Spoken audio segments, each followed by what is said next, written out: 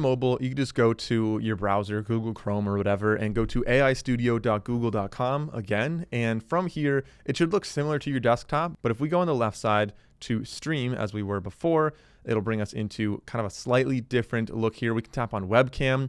And this is going to be our actual like phone camera, obviously, not a webcam here.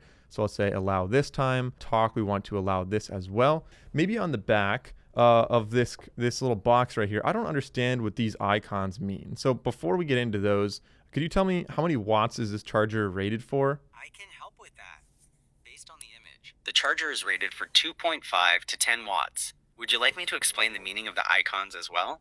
Yes. Like, what is the one that looks like, I don't know, it's like right above the UK one. I see it. That looks like the Mobius loop, which is a symbol indicating that the packaging is recyclable. Is there another icon you'd like me to identify? Yeah, what about the one on the top left? On the top left, the icon with CCAK indicates that the product complies with communication equipment regulations in South Korea. Anything else I can help identify? What about that triangle with the MC? What does that mean? That icon of the triangle with the MCMC indicates that the product complies with the standards set by the Malaysian Communications and Multimedia Commission. Does this use Bluetooth? Yes, this device uses Bluetooth 5.4. Does this use Wi-Fi? I can confirm that the box indicates that these are Wi-Fi wireless earphones. Okay, so how does that work?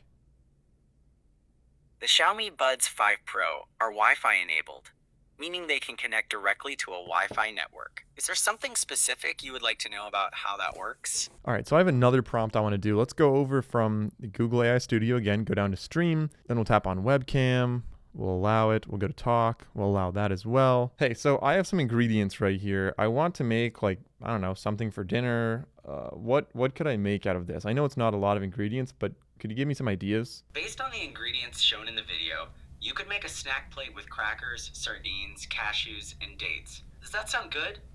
Could you give me some other ideas? Certainly. You could try stuffing the dates with cashews and topping them with a sardine for a sweet and savory bite. Would you consider that? No, that sounds pretty bad. Okay. Given that, would you like some other ideas for dishes that don't combine the sardines and dates? Yes, please. Got it. How about a Mediterranean-inspired cracker plate?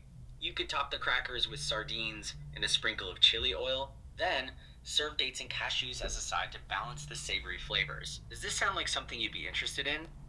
All right, so that was pretty impressive. I didn't give it a lot to work with here, and a charcuterie board kind of was probably the best thing you could make out of these. Anything else would be pretty disgusting. Just sardines mixed with, I don't know. Anyway, so yeah, the point is that it's able to recognize everything I had on the table here, and it was giving me some suggestions. So if you just point this at your pantry or your refrigerator, it could be a good way to get some new ideas of what you might be able to make with that. And similarly, you could point this at other things when you're outside and say, like, what is this building? You could ask it questions about a plant and say, how do I take care of this plant? And ultimately, when you're done, you can export all of this over to Google Drive. So you're able to access it again in the future if you're trying to work on a project, you want to remember stuff, or if you just like having that answer, you can access it again in the future.